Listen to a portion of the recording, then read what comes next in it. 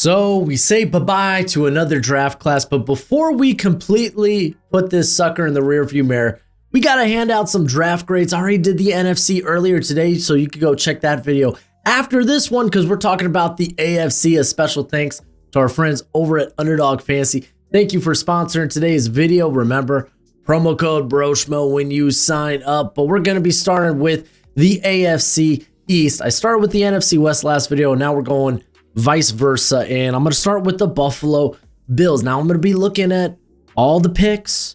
I'm going to be looking at all the trades. I'm going to take all that into consideration when I lay out my draft grade. But the Bills, I've been saying it for a minute. They're going to go with the corner at the back end of the first round with their pick set up with 56, and I think the other one was 62.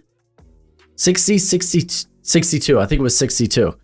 That by that time, I don't suspect that there's going to be corners available for them to take. So if they want to do it, they're either going to have to trade up into the second, or they're going to have to take one here, or maybe even move down. They decided to just take one here. Maxwell Harrison was one of the best fits to their scheme. I like his feistiness there out of Kentucky. He played the year with a shoulder injury, but nonetheless, I thought it was a good pick. Then they moved up. They did trade. They did end up moving up in the second round. They actually they move up to 41. So this is the Bears pick, and they send the Bears 56 and 62 along with a fourth. They end up getting a third round pick, which would be 72, and a seventh. They move up and get TJ Sanders. I thought they would look for more heft along the defensive line, though they ended up getting their heft, kind of, sort of. But they go with TJ Sanders, and I like Sanders a lot. He's stout. He can set an anchor. He can sustain himself in the run game. But it's what he does as a penetrator. Decent first step, but he's very sudden, very smooth. He can get after it. I figured this would be a defensive-heavy draft for the Bills regardless. But let's be honest, it wasn't the offense that was letting the Bills down last year. It was this defense. So I like the Sanders pick. They end up going with Landon Jackson, edge out of Arkansas. And I kind of pegged Jackson as a Buffalo Bill. I just thought it might have been done with one of their second-round picks, which again turned into one second-round pick. Nonetheless, he's available for them here at 72. And he kind of fits their criteria if you look at what they liked with guys like Gregory Rousseau, who now ascendant star, or the other guy they drafted in that class, Boogie Basham, who no longer on the team. Jackson, it fits that mold. He's got some length. He's got some strength. He's got some good tools, good first step.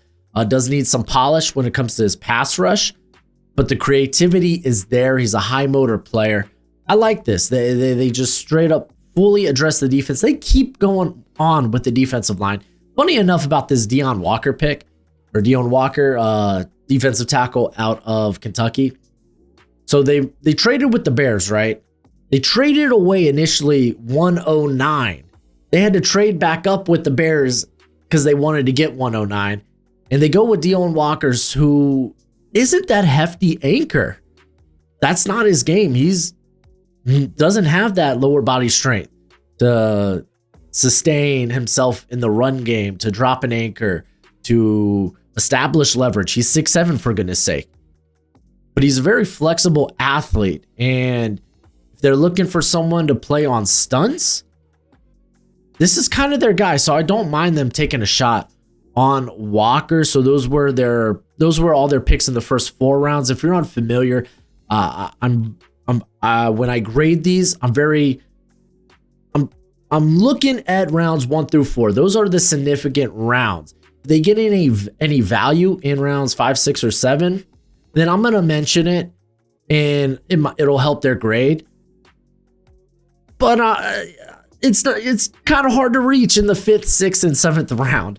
It kind of is, because you're just taking shots on guys you like at that point. But all in all, right now, I would say, hey, Bills, they're having a relatively solid class, even if it is kind of a joke that they traded 109 and then had to come back and reclaim it. It is. It's fine. It's fine. Jordan Hancock is very interesting. I haven't seen any Bills press conferences on their draft or anything, So I don't know what the vision specifically is for Hancock, because I think he's someone that can play on the outside. But at Ohio State, he was primarily a slot and sometimes played safety. So in my head, it's like, okay, maybe he's playing in the slot. Maybe they're looking to develop him as just general depth for the defensive backfield. Regardless, that's a good pick. I like that. Jackson Hawes, they get a tight end 3, a blocking tight end. That's A-okay. This was probably about the range I thought he would go in. Dorian Strong, I thought, was a steal. He is a perfect fit to Sean McDermott's defense. Very zone-heavy corner. It was zone-heavy at Virginia Tech. I like the fit. Could end up being a future starter there in the 6th round. Chase Lunt moves well. He's a developmental tackle. It's fine. He's also on the older side.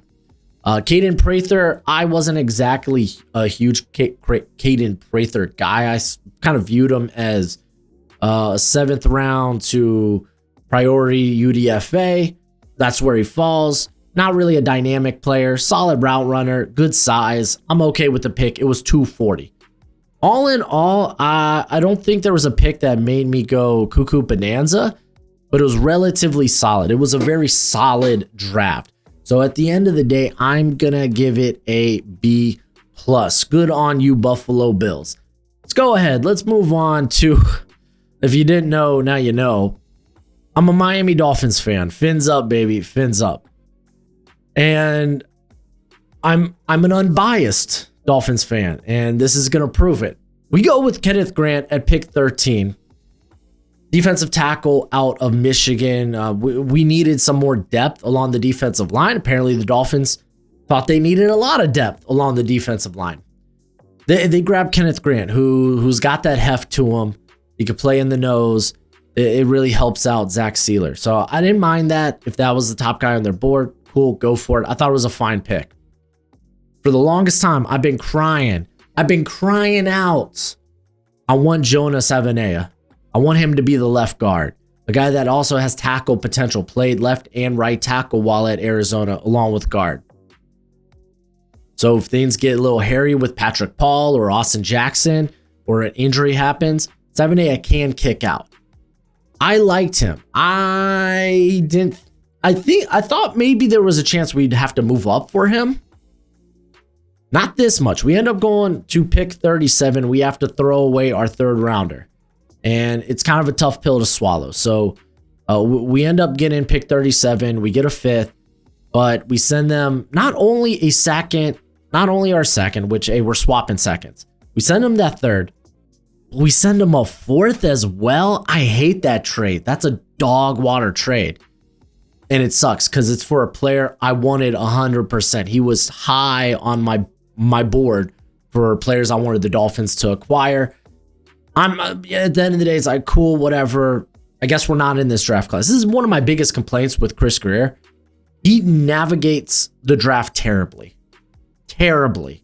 Year after year, I always have qualms and problems with the Dolphins draft.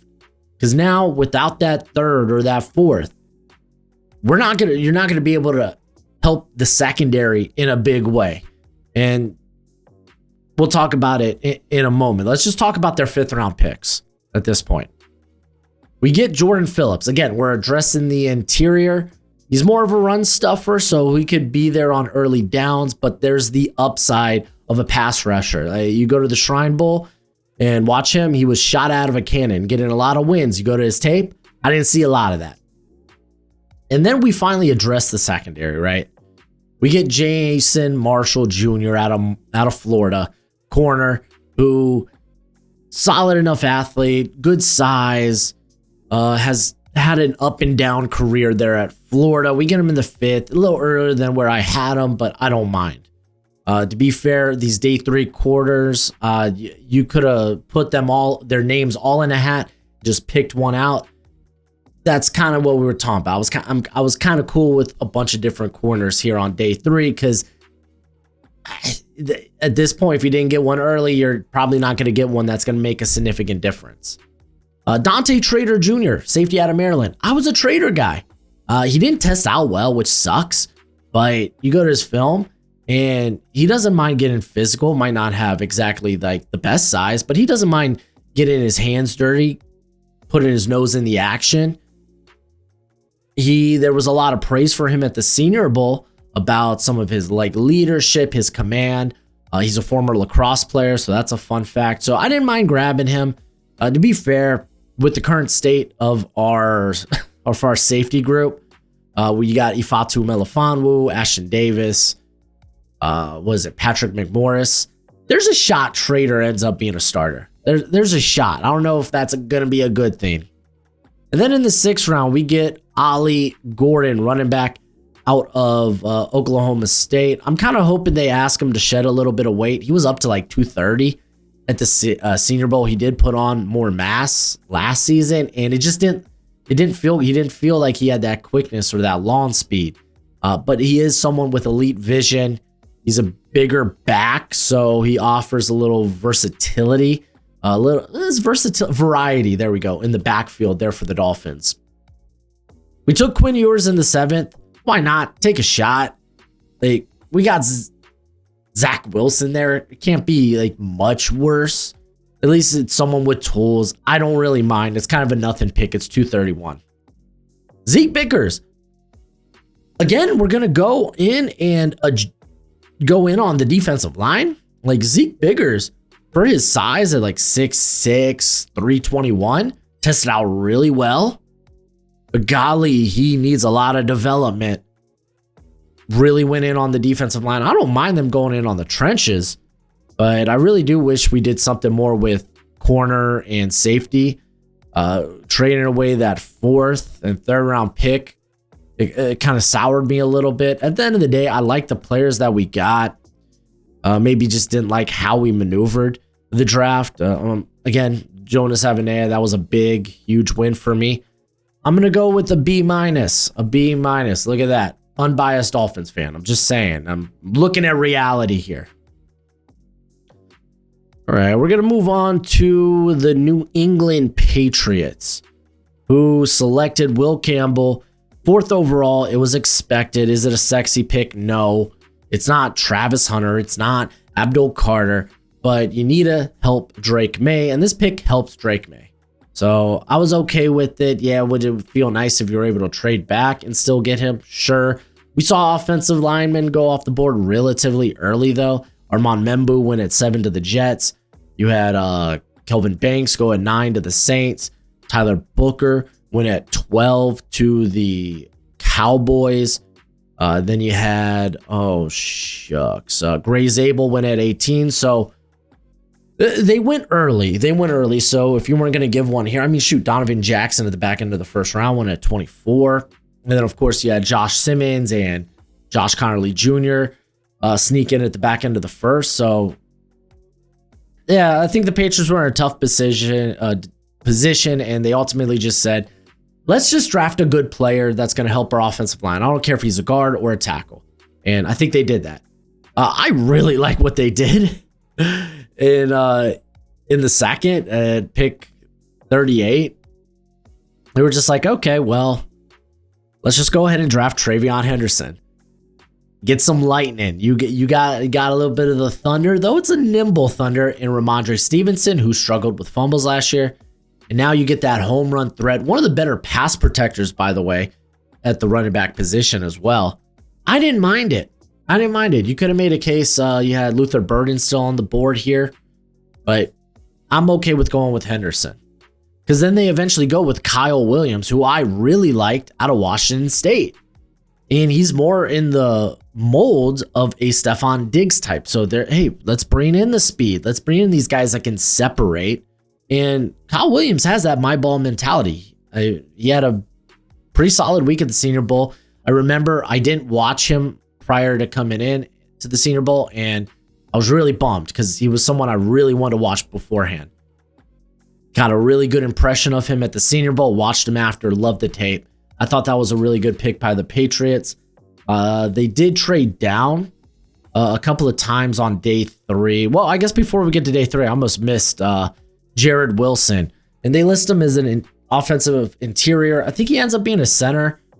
Probably going to eventually replace Garrett Bradbury. He's only a 1-year starter. He was playing behind Cedric Van Pran at Georgia. Looked really good. He was one of the most athletic players along the offensive line. Tested out really well at the combine. You can develop him for a year and have him be your heir apparent. So I like that these are all moves geared to help Drake May. And then we get to the day 3. They did have a couple of trade backs where they acquired an extra 5th. They acquired what was it? A 2026 4th round pick. They also had a trade. What was it at 80? No, they acquired what was it? They acquired a 3rd. Was it 85? Oh, you know what it was? Okay, I just put it all together. So they traded back to 85 and was able to pick up a 5th. And then they traded with the Chiefs, who moved up to go get a corner in Noel Williams. And then that's why it ended up at 95. So they traded back a couple of times with that other 3rd. Got it. There we go. It all comes full circle. So I think they did a relatively solid job maneuvering the draft. They grabbed Craig Woodson. A lot of people that, at least in my sphere, are big fans of Woodson. I think he's okay. At 106, it felt rich to me. You already have a lot of names there in the safety room, so I don't really think he adds much of anything. Kind of is what it is. With their other 4th rounder, they got Joshua Farmer. I thought that's much better. If you were honestly to flip Farmer at 106 and Woodson at 137, I would be like, oh yeah, that makes sense. That makes sense to me. But Farmer, a lot of tools. You can develop that. So I thought they did a really good job for the most part with their significant picks. And then we get to the mid to late day 3. And this was incredible value. Incredible. You got Braden Swinson, edge out of LSU. He was 50 on my big board. He goes at 146. Golly. And this was the pick you gained when you traded back the first time from 77. Ultimate steal. I love it. I'm to be honest, their later round picks are kind of nothing. They spent one on a kicker out of the U by the way, Borgalis. So cool. And you know what? It's better to spend a pick on a kicker in the 6th than it is in the 4th with a guy like Chad Ryland, who's right now kicking for the Cardinals. Marcus Bryant didn't really have an eval on him. Couldn't tell you much about him. Instead, I watched guys like Tolson. I watched Membu. I'm in the process of going to be watching Green. So I almost watched everyone else on that line aside from Bryant, but I heard he's long, cool, developmental tackle. They got a long snapper, great. And then they picked up a corner that I didn't watch film on with the final pick in the NFL draft. Again, they're picks of guys they like. I'm kind of cool with it. It's fine. At the end of the day, I really loved their draft. They went in and said, Drake May, don't worry, help is on the way. I only gave out 4 A+ grades, 2 in the NFC, 2 in the AFC, and this was one of them. A+. Phenomenal draft by the New England Patriots. And then the final team here in the AFC East is the New York Jets, who all around I think had a fine draft. They went with Armand Membu at pick 7. That was kind of my favorite. I've been projecting him there for a while, and they grabbed him. They kind of, at least on paper, completes that offensive line. Again, Aaron Glenn coming from Detroit, where they prioritized getting guys on that front, and they have one of the top offensive lines in football. I'm talking like top 2 or 3. I'm sure Aaron Glenn was like, we should probably do that. Then they grabbed Mason Taylor, tight end out of LSU. I get the NFL was higher on him than I was. I kind of knew that going into the draft. Tight end was a kind of a big need. They had Jeremy Ruckert, but that was it. They snagged him. Cool. It's fine. I had him lower, but it is what it is. It's not like I had him significantly lower either. Then at pick 73, they get Azareye'h Thomas, corner out of Florida State. He's a great scheme fit for Aaron Glenn. He's very much a press corner. who might not have ideal launch speed, but if he's allowed to put hands on the receiver, he can help mitigate what he lacks in launch speed. It's a perfect scheme fit. Some people had him at the back end of the first after the Senior Bowl. Some people typically had him around top 50. I had him outside of my top 50, not by much. So this was good value. And then the fourth round, we got to talk about some of the fourth round stuff, right? So Arian Smith is a bad pick. Maybe he has turned over a new leaf and has been working on the jugs machine, because he had better hands at the Senior Bowl than he did his entire career at Georgia. He was a drop ball machine. He was literally just speed. And I guess if that's all you wanted, then cool, fine. But I had him at like 248 on my board. They took him at 110. I didn't love that. That was a bad pick to me.